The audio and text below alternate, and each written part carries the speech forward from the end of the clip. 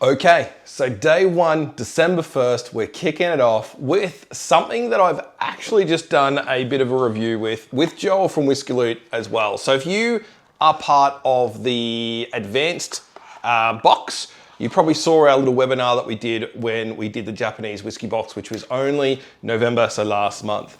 So I've had a lot of fresh kind of experience with this one, and I'm just gonna say it's an amazing whiskey. So this is a malt grain blended whiskey. It is actually a world whiskey. We'll talk about that in some later episodes of when we're doing the series, which means that the whiskey was actually imported, and they say where the whiskey was imported from on the actual bottle, which I've had, American, Canadian, Irish, and they use their own Japanese whiskey as well.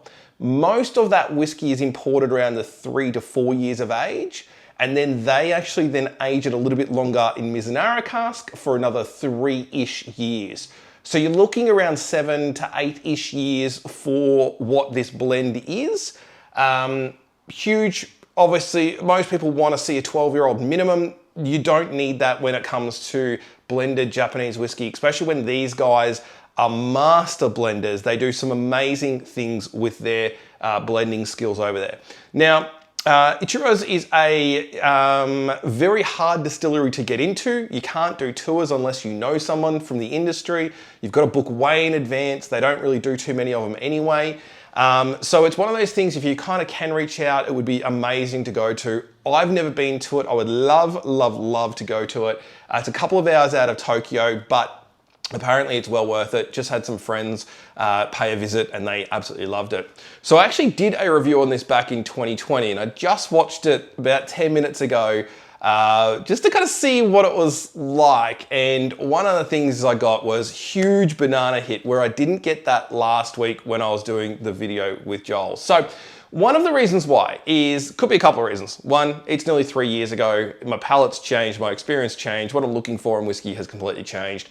But also this blend is actually done in batches of around 3,500. Now, I wouldn't assume that they would be massively dramatically different between the different batches because that's the whole point about these blends, is to try and bring them to very similar tasting profiles. So let's get into this one because it could be a little bit different. This is a 46%. It is an enjoyable whiskey. I'm just gonna point it out now. So what I had last week, exactly the same.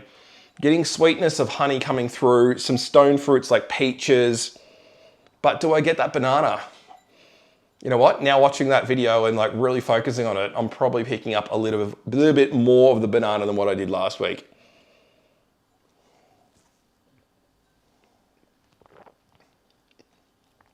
Again, getting that toffiness, that sweetness coming through, slight pepper or spices, black pepper. And that's probably more of the Canadian whiskey coming through. That's what I generally get from that. Less of the stone fruits though you get, so less of that apricots on the actual palate, but am I getting in banana?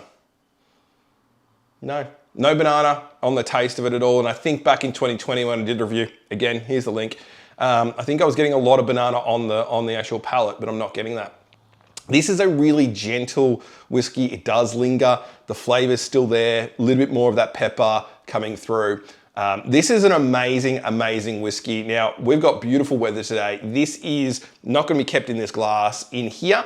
I'm gonna be going straight outside and sitting out in the sun because this is what I love about Japanese whiskey. It is so elegant and so soft that it is perfect for our summers. And dare I say it, this is actually amazing in a highball as well.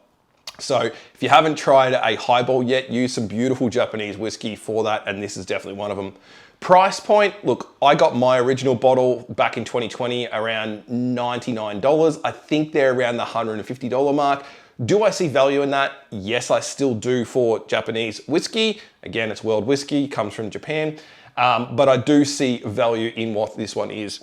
Now, the distillery itself is well known in Japan and obviously outside of Japan for its single malts. They are producing their own whiskey and have for a little while. This is just a project they do to kind of bring out a consistently blended whiskey, so they've always got something happening. But they have got some beautiful single casks that they're very well regarded in Japan and collectors are snapping them up. So this one, number one of the Whiskey Loot Advent Calendar, it's a win. Thanks, guys.